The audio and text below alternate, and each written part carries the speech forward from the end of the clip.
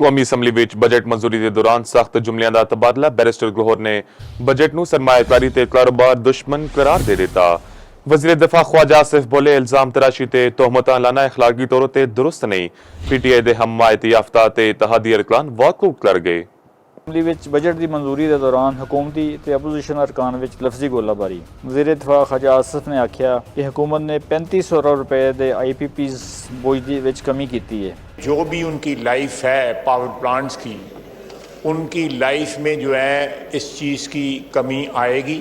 अगर ये गुनाह है तो इसमें सारी की सारी हुकूमतें शामिल हैं बशमूल PTI के।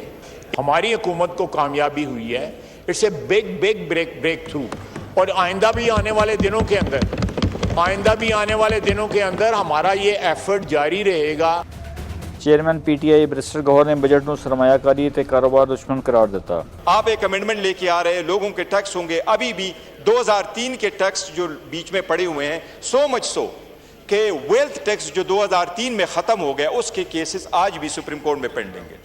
और ये इसी तरह लीगल लिकुना बीच में छोड़ जाते और लोगों के पैसे स्टक हो जाते, फिर ये कहते हैं कि इतने अरब रुपए अभी केसेस में स्टक। स्पीकर याद सादक ने आइन शिकनी के इल्जाम ते आख्या कि दस्या जाए कि उन्होंने केड़ा आइन तोड़िया है। आपको पाकिस्तान की मुखालफत में बात नहीं यहाँ करने दूंगा, आपको अफवाज पाकिस्तान के खिलाफ बात यहाँ नहीं करने दूंगा, आपको जुडिशरी के खिलाफ बात नहीं करने दूंगा।